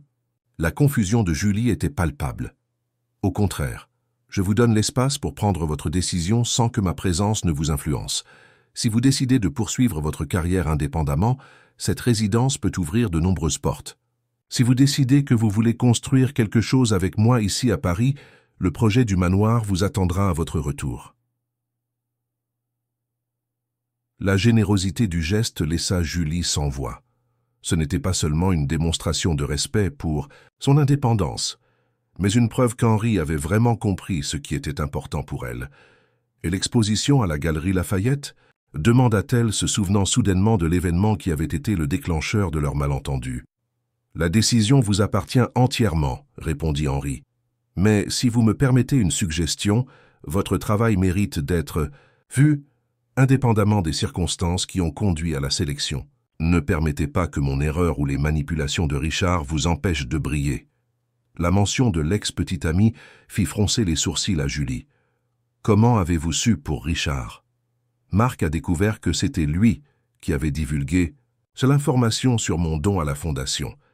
Apparemment, il a un cousin qui y travaille. Je suis désolé pour cela. » Julie hocha la tête, assimilant toutes ces nouvelles informations. La situation entière, le projet du manoir, la résidence à Paris, les manipulations de Richard, les sentiments avoués par Henri, semblaient appartenir davantage à un scénario de film qu'à sa vie réelle.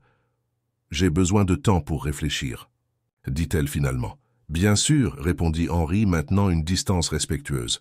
« Prenez le temps qu'il vous faut. Juste une chose. » Il désigna une toile spécifique accrochée à une place d'honneur. « Celle-ci est ma préférée. La façon dont vous avez capturé la lumière dans les ruelles du Marais, c'est comme si on pouvait sentir la vie pulser à travers la peinture. » C'était l'une des premières œuvres que Julie lui avait montrées, une peinture qu'elle avait toujours particulièrement aimée, mais qu'elle n'avait jamais imaginé pouvoir faire tant d'impression sur quelqu'un. Le fait qu'Henri ait choisi précisément cette pièce, qu'il y ait vu exactement ce que Julie avait essayé d'exprimer, la toucha profondément. En quittant le manoir ce soir-là, Julie se sentait comme si elle était au seuil d'une nouvelle vie. Les possibilités qu'Henri avait présentées étaient tentantes, mais aussi effrayantes par leur ampleur. Une partie d'elle craignait d'être à nouveau manipulée, que la proposition du centre culturel ne soit qu'une autre façon élaborée de la conquérir. Mais une autre partie, celle qui avait senti la sincérité dans ses paroles, la vulnérabilité, authentique dans ses yeux, voulait croire qu'elle avait trouvé non seulement un mécène ou un admirateur, mais un véritable partenaire. Dans les jours qui suivirent, Julie oscilla entre différents scénarios. Elle parla de la proposition à sa famille, surprise par l'enthousiasme immédiat de son père. Ce jeune homme a compris l'essentiel, commenta M. Jacques, après avoir entendu les détails du projet. Il n'essaie pas de vous acheter ou de vous impressionner. Il propose que vous construisiez quelque chose ensemble, comme des égaux. Elle consulta également ses professeurs à l'université au sujet de la résidence artistique à Paris, recevant une confirmation unanime sur le prestige du programme. C'est une opportunité dont beaucoup d'artistes consacrés rêvent, commenta sa directrice de thèse. Ce serait fou de refuser. À mesure que la date de l'exposition à la Galerie Lafayette approchait, Julie prit finalement sa décision. Elle participerait à l'événement, non pas parce qu'Henri était intervenu, mais parce qu'elle croyait en son travail et ne permettrait pas que les circonstances diminuent sa réussite. Quant au reste, la résidence à Paris, le projet du manoir, l'avenir avec Henri, elle avait encore besoin de plus de temps pour décider. Le soir de l'ouverture de l'exposition, la nervosité de Julie était à son comble. Elle avait choisi une robe simple mais élégante, et Florence l'avait aidée avec le maquillage. Elle arriva délibérément tôt, voulant quelques moments seule avec ses œuvres, avant que le public ne commence à arriver. Tandis qu'elle parcourait l'espace d'exposition en observant ses toiles sous l'éclairage professionnel de la galerie, elle sentit une présence familière. Elle se retourna et trouva Henri debout à quelques mètres de distance, impeccable dans un costume sombre, l'observant avec une expression qui mêlait admiration et incertitude. « Vous êtes venu », dit-elle, faisant écho aux mots qu'il avait utilisés dans le manoir. « Je n'aurais manqué cela pour rien au monde », répondit Henri maintenant une distance respectueuse. « Vous êtes éblouissante, et vos œuvres… » Il fit un geste autour de lui. « Elles reçoivent enfin la scène qu'elles méritent. » Un silence confortable s'établit entre eux, rempli de tout ce qu'ils n'avaient pas encore dit l'un à l'autre. Ce fut Julie qui finalement le rompit. « J'ai pris ma décision. » Le cœur d'Henri s'accéléra visiblement, mais son visage resta composé, préparé à n'importe quelle réponse. Et quelle est-elle? Avant que Julie ne puisse répondre, ils furent interrompus par l'arrivée de Richard, qui s'approcha avec l'assurance de quelqu'un qui se sent en territoire connu. Il était accompagné par une femme plus âgée que Julie, reconnue comme la commissaire de l'exposition. « Julie, ma chérie !» s'exclama la commissaire, l'embrassant avec effusion. « Vos œuvres sont le point fort de la soirée. Richard me racontait votre relation, comment il vous a encouragé à poursuivre votre carrière artistique. » Le regard triomphant que Richard lança Henri n'échappa pas à Julie. C'était une nouvelle tentative de manipulation, de réécrire l'histoire à son avantage. Mais cette fois, elle ne le permettrait pas. « En fait, Madame Marie, intervint Julie avec fermeté, Richard et moi ne sommes plus ensemble depuis longtemps, et quant à l'encouragement de ma carrière… » Elle fit une pause, regardant directement. « Henri, je le dois à ma famille, à mes professeurs, et à des personnes qui ont vraiment cru en moi, même quand elles ont commis des erreurs en essayant d'aider. » Le message implicite ne passa inaperçu pour aucun des présents. Richard pâlit visiblement, tandis qu'une lueur d'espoir apparaissait dans les yeux d'Henri. « Si vous voulez bien m'excuser, » continua Julie, « je dois me préparer à recevoir les invités. L'exposition commence bientôt. » Quand elle s'éloigna, pour saluer d'autres artistes qui commençaient à arriver, elle ressentit un mélange d'anxiété et de détermination. La soirée qui suivrait serait décisive non seulement pour sa carrière artistique, mais pour tout son avenir. Et pour la première fois depuis longtemps, elle se sentait complètement prête à affronter ce qui pourrait suivre. L'exposition, à la Galerie Lafayette, se transforma en l'événement culturel de la saison à Paris. L'espace élégant débordait de personnes, critiques influents, collectionneurs avides, artistes consacrés et curieux qui avaient entendu parler de la nouvelle sensation des arts visuels parisiens. Au centre de toute cette attention, Julie Durand naviguait parmi les admirateurs avec un mélange de timidité et de confiance croissante, expliquant les techniques et les inspirations derrière ses œuvres.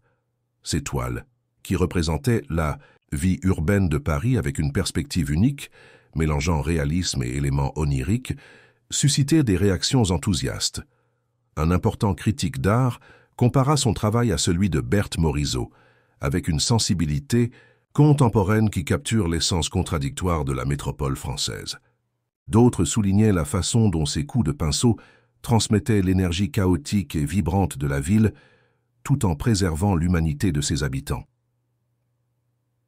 D'un coin discret de la galerie, Henri observait le triomphe de Julie avec un mélange de fierté et d'appréhension. La voir briller, recevant la reconnaissance qu'elle méritait tant, confirmait tout ce qu'il avait toujours su sur son talent. Mais l'incertitude concernant leur avenir, concernant la décision qu'elle avait mentionnée avant l'interruption de Richard, le consumait intérieurement. « Elle est vraiment extraordinaire », commenta une voix à ses côtés. Henri se tourna pour trouver Madame Cécile, la mère de Julie, observant sa fille avec des yeux embués d'émotion. « Oui, elle l'est », acquiesça Henri, surpris par cette approche inattendue. « Vous savez, » continua la dame, sans détourner le regard de sa fille, « quand Julie était petite, je m'inquiétais de son côté rêveur. Je pensais que le monde serait trop cruel pour quelqu'un qui voyait de la beauté en tout. J'ai essayé de la protéger, de l'encourager à choisir des voies plus sûres. » Henri écoutait attentivement, pressentant que cette conversation avait un but au-delà de la simple réminiscence. Mais Julie a toujours été têtue. Madame Cécile sourit au souvenir. Elle a continué à peindre, à voir le monde à travers ses yeux spéciaux. Et maintenant, elle fit un geste vers la salle comble, vers les personnes admirant les œuvres de sa fille. Maintenant, elle prouve que le monde a justement besoin de ce regard différent. « C'est vous devez être très fier, » commenta Henri sincèrement. « Je le suis, et reconnaissante aussi. » Elle se tourna finalement pour le regarder directement. « Mon mari m'a parlé du projet du manoir, de la résidence à Paris. Au début, j'avoue que je me méfiais de vos intentions. Les hommes riches ne s'intéressent généralement pas aux filles comme ma fille sans arrière-pensée. » La franchise de la dame surprit Henri, mais il apprécia son honnêteté. « Je comprends votre préoccupation. À votre place, je ressentirais probablement la même chose. Mais ensuite, j'ai réalisé quelque chose, » continua Madame Cécile. « Vous n'essayez pas de transformer Julie en quelque chose qu'elle n'est pas, ou de l'intégrer dans votre monde. Vous créez un nouvel espace où vous deux pouvez construire quelque chose ensemble, comme des égaux. » Elle fit une pause significative. « Cela en dit long sur l'homme que vous êtes, Henri Mercier. » Avant qu'Henri ne puisse répondre, ils furent interrompus par l'approche de Richard, visiblement éméché après plusieurs coupes de champagne. « Une scène touchante », commenta-t-il avec un sarcasme à peine voilé. « Le millionnaire qui conquiert l'approbation de la famille, presque cinématographique. » Madame Cécile lui lança un regard pénétrant. « Richard, mon cher, je pense que vous avez suffisamment bu pour aujourd'hui. Pourquoi ne rentrez-vous pas, vous? Reposez. » « Vous ne comprenez pas, » insista Richard, la voix légèrement traînante. « Il vous utilise. Et il utilise Julie. C'est ce que font les gens comme lui. Ils jouent avec les sentiments des autres parce qu'ils le peuvent, parce qu'ils ont l'argent pour réparer n'importe quel dégât qu'ils causent. » Henri resta calme, bien qu'il sentît son sang bouillir. « Ce n'est ni l'heure ni l'endroit, Richard. Ne gâchons pas le moment de Julie. »« Ah, maintenant vous vous souciez d'elle ?» Richard rit amèrement. Après avoir manipulé son exposition, après avoir joué avec ses rêves, la discussion commençait à attirer des regards curieux. Henri réalisa qu'il devait mettre fin à cette situation avant qu'elle ne s'aggrave et ne compromette la soirée de Julie. « Allons discuter dehors », suggéra-t-il fermement, conduisant Richard par le bras vers le jardin de la galerie, loin des tounes. Invité. Madame Cécile les suivit, préoccupée par la tournure des événements. Dans l'air frais de la nuit, Richard sembla retrouver partiellement sa sobriété. « Vous ne la méritez pas, » dit-il, regardant Henri avec hostilité. « Vous ne connaissez pas son histoire, ses luttes, ses rêves comme je les connais. »« Peut-être avez-vous raison, » répondit Henri avec une humilité surprenante. « Peut-être que je ne la mérite pas. Mais ce n'est pas à moi, à vous ou à quiconque de décider cela. C'est son choix. Et vous pensez qu'elle choisirait quelqu'un? Comme vous, si ce n'était pas pour votre argent, votre influence.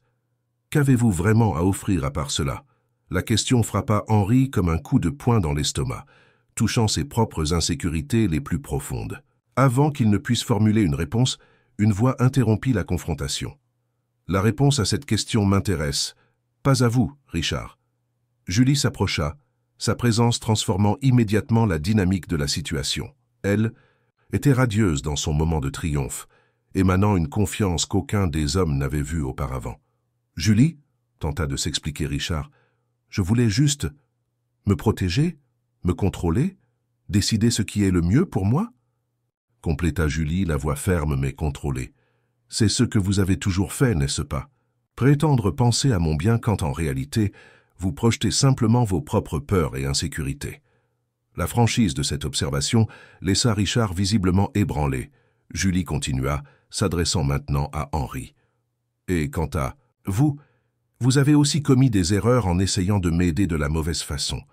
Mais la différence est que vous avez reconnu ces erreurs, vous en avez tiré des leçons, et vous essayez de faire mieux. Elle regarda les deux hommes, puis sa mère, qui observait la scène avec un mélange d'inquiétude et de fierté. Finalement, avec la certitude de quelqu'un qui a pris une décision après mûre réflexion, Julie se concentra à nouveau sur Richard. « Vous avez été important ?»« Dans ma vie, Richard. Mais notre temps est passé. S'il vous plaît, respectez cela et allez de l'avant. » La finalité dans ces paroles rendait clair qu'il n'y avait pas de place pour la discussion. Richard sembla se dégonfler face au rejet définitif, toute sa bravade, antérieure se dissipant comme de la fumée. « Vous le regretterez, murmura-t-il, mais sans la conviction d'avant. Quand la nouveauté passera, quand vous réaliserez que vous n'appartenez pas à son monde, nous n'appartenons pas au monde l'un de l'autre, l'interrompit Julie. Nous créons notre propre monde. Il y a une différence fondamentale là que vous semblez incapable de comprendre. » Sur ces mots, Richard s'éloigna finalement, vaincu non par la supériorité financière d'Henri, mais par la clarté et la détermination de Julie. Madame Cécile le suivit discrètement, s'assurant qu'il quittait l'événement sans causer plus de trouble.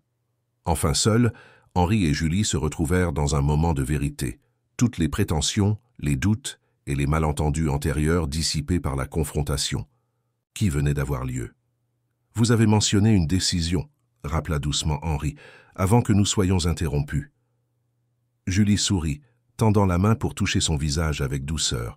« Oui, et maintenant je peux enfin la partager avec vous. J'accepte la résidence à Paris. » Henri sentit un pincement au cœur, mais acquiesça, déterminé à soutenir son choix indépendamment de ses propres désirs. « Je comprends. C'est une opportunité extraordinaire pour votre carrière. Mais, continua Julie, ses yeux brillants, d'une certitude tranquille, quand je reviendrai, je veux construire le centre culturel dans le manoir, avec vous, comme partenaire, dans tous les sens. » La joie qui inonda Henri fut si intense que pendant un moment, il resta sans voix. Finalement, il réussit à articuler « Vous êtes sûr? Je ne veux pas que vous vous sentiez pressé. De quelque façon que ce soit. Je n'ai jamais été aussi sûr de quelque chose dans ma vie, » répondit Julie avec conviction. « Ces derniers mois m'ont beaucoup appris, sur l'art, sur les relations, sur moi-même. J'ai appris que l'indépendance ne signifie pas l'isolement, qu'accepter du soutien ne diminue pas ma valeur ou ma capacité. Et surtout, elle fit un pas en avant, réduisant la distance entre eux, que certaines connexions sont trop rares pour être gaspillées par peur ou par orgueil. » Henri l'attira dans ses bras, se permettant enfin d'exprimer pleinement les sentiments qu'il avait contrôlés. « Vous allez tellement me manquer pendant ces 3 mois. »« Et vous me manquerez, » répondit Julie, posant sa tête sur sa poitrine. « Mais quand je reviendrai, nous aurons tout le temps du monde pour transformer ce manoir en l'espace culturel le plus incroyable que Paris ait jamais vu. » Le moment intime fut interrompu par un discret raclement de gorge. C'était Marc, l'assistant, d'Henri semblant gêné d'interrompre. « Excusez-moi, monsieur Mercier, mais la presse cherche mademoiselle Durand. Apparemment, 3 galeries internationales ont manifesté leur intérêt pour son travail et souhaitent l'interviewer. » Julie écarquilla les yeux, la nouvelle la prenant complètement par surprise. « Vraiment ?» Henri sourit. « Absolument pas », surpris par la reconnaissance qu'elle commençait à recevoir. « Allez-y, votre public vous attend, nous parlerons plus tard. » Avec un baiser rapide, Julie retourna dans le salon principal, prête à affronter la nouvelle vague d'attention que son art générait. Henri l'observa s'éloigner, émerveillé par la transformation qu'il voyait. La serveuse timide qu'il avait rencontrée des mois auparavant se déplaçait maintenant avec l'assurance d'une artiste qui avait enfin trouvé sa voie. « Elle est vraiment extraordinaire, n'est-ce pas ?» commenta Marc, suivant le regard de son patron. « Plus que vous ne pouvez l'imaginer, » répondit Henri, un sourire permanent sur son visage. « 3 mois peuvent sembler une éternité ou un battement de cils selon la perspective. Pour Julie, sa résidence à Paris fut comme des montagnes russes émotionnelles. L'enthousiasme de travailler avec des artistes renommés, L'anxiété d'être loin de chez elle pour la première fois, le manque d'Henri mêlé à la liberté, d'explorer son potentiel artistique sans distraction. Ils maintinrent un contact quotidien par visioconférence, messages et emails détaillés. Henri la tenait au courant des progrès des rénovations du manoir, envoyant photos et plans révisés pour son approbation. Julie partageait ses nouvelles expérimentations artistiques, les techniques qu'elle apprenait, les inspirations qu'elle trouvait dans les rues parisiennes. La distance, au lieu d'affaiblir leur connexion, la renforça de manière inattendue. Sans la présence physique l'un de l'autre, ils se concentrèrent sur la construction d'une communication profonde, basée sur des intérêts partagés et des visions d'avenir. Quand ils étaient en désaccord sur un aspect du projet du centre culturel, ce qui arrivait assez fréquemment, ils apprirent à naviguer ces différences avec un respect mutuel, parvenant à des compromis qui incorporaient le meilleur des idées des deux. À Paris, Julie s'épanouit en tant qu'artiste. Sa perspective unique sur l'urbanité, nourrie par son expérience à Paris, résonna fortement avec les critiques et collectionneurs européens. À la fin de la résidence, elle fut invitée à participer à une exposition collective au Centre Pompidou, un honneur extraordinaire pour une artiste en début de carrière. Pendant ce temps à Paris, Henri embarquait dans son propre voyage de transformation. Les réunions avec entrepreneurs et architectes pour le projet du manoir étaient entrecoupées de visites régulières aux saveurs du terroir où il aidait M. Jacques et Mme Cécile à planifier la transition vers le nouvel espace. Plus il s'impliquait avec la famille de Julie et la communauté locale, plus il redécouvrait des parties de lui-même qu'il avait négligées dans son ascension vers le succès. Quand le jour du retour de Julie arriva enfin, Henri l'attendait dans le hall d'arrivée de l'aéroport Charles de Gaulle avec un bouquet de tournesol, ses fleurs préférées. La vision d'elle émergeant par la porte d'arrivée, plus confiante et rayonnante que jamais, confirma tout ce qu'il savait déjà. Il avait trouvé non seulement l'amour, mais une partenaire pour la vie. « Bienvenue », dit-il simplement, l'enveloppant, dans une étreinte qui communiquait tout ce que les mots ne pouvaient exprimer. « C'est bon d'être à la maison », répondit Julie, se blottissant dans ses bras. Au lieu de la conduire directement chez elle, Henri avait une surprise. « Il y a quelque chose que je dois vous montrer avant. » Le manoir de la rue de Rivoli, qui 3 mois auparavant n'était qu'un projet ambitieux sur une maquette, était maintenant presque méconnaissable. La façade historique avait été soigneusement restaurée, préservant sa beauté haussmannienne originale. À l'intérieur, des espaces autrefois vides ou détériorés avaient été transformés avec une sensibilité architecturale qui respectait la structure originale tout en créant des environnements fonctionnels pour leur nouvelle finalité. « C'est incroyable », murmura Julie, parcourant lentement les espaces du rez-de-chaussée. Le café était presque prêt, avec des équipements de pointe coexistant harmonieusement avec des éléments rustiques qui rappelaient le saveur du terroir. « Nous avons réussi à trouver l'équilibre parfait entre modernité et tradition. »« Nous avons réussi », acquiesça Henri, soulignant le pluriel. « Chaque décision a été prise ensemble, vous vous souvenez? Même avec vous à des milliers de kilomètres. » En montant au 2e étage, où se trouverait le principal espace d'exposition, Julie remarqua quelque chose de différent au centre du salon encore vide. Une petite table dressée pour 2, avec bougies, fleurs et une bouteille de champagne. « Qu'est-ce que c'est ?» demanda-t-elle, intriguée. « Notre premier dîner officiel dans le nouvel espace », répondit Henri avec un sourire.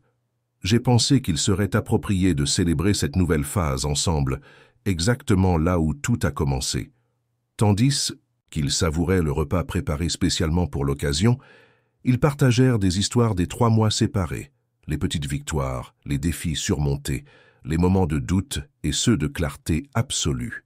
La conversation coulait aussi naturellement que toujours, mais il y avait une nouvelle dimension de compréhension mutuelle, forgée par la distance et par l'engagement partagé envers le projet qui prenait maintenant forme autour d'eux. « J'ai quelque chose pour vous », dit soudainement Julie, ouvrant sa valise pour en retirer un paquet soigneusement emballé.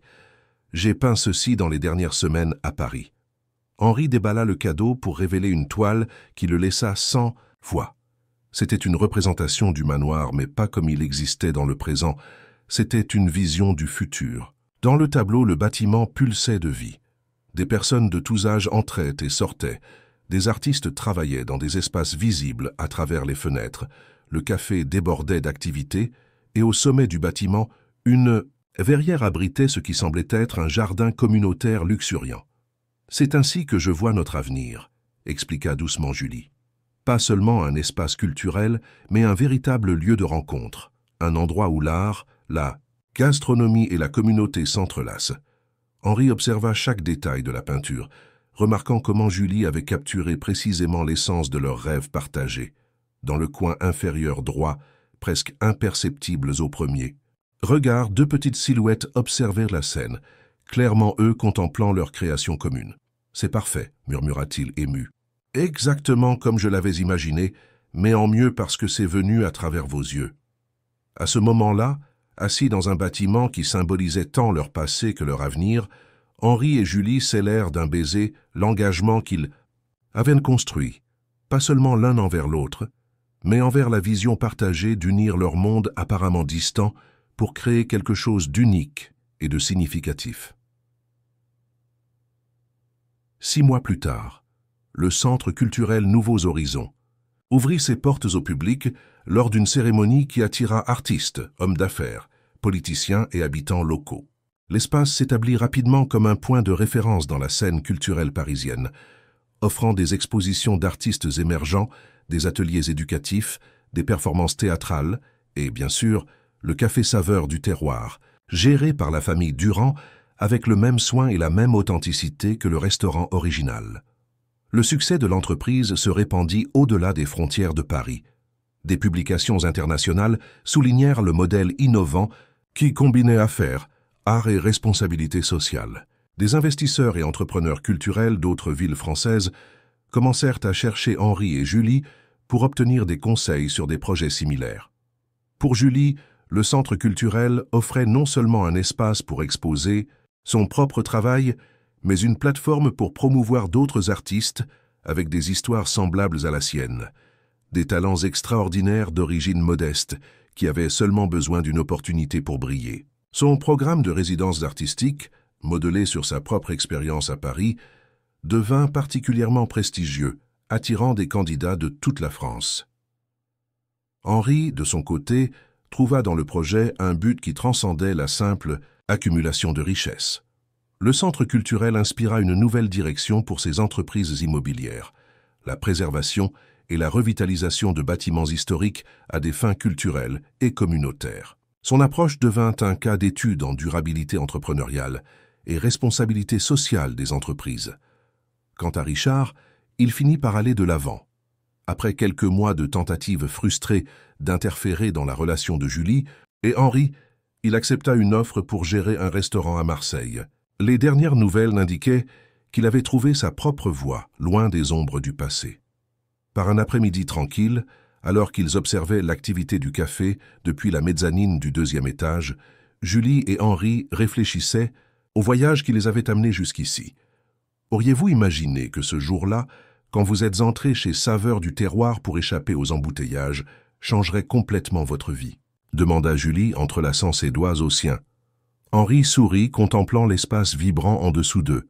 Famille partageant des repas, étudiants discutant d'art, artistes esquissant des idées dans des carnets. Non, mais maintenant, je ne peux pas imaginer ma vie suivant un autre chemin. Le Centre culturel Nouveaux Horizons devint plus qu'une entreprise réussie ou une galerie prestigieuse. Il se transforma en la manifestation physique d'une vérité qu'Henri et Julie avaient redécouverte ensemble. Que les barrières entre différents mondes, riches et pauvres, commercial et artistiques, traditionnels et innovants, sont plus perméables qu'elles ne paraissent, et que les connexions les plus significatives se produisent souvent précisément dans les espaces où ces mondes se rencontrent. Pour une serveuse artiste et un homme d'affaires solitaire, la rencontre improbable dans un petit restaurant familial n'avait été que le début d'un voyage qui continuerait d'évoluer et de surprendre, prouvant qu'en fin de compte, le véritable amour ne surmonte pas seulement les barrières, il les transforme en ponts.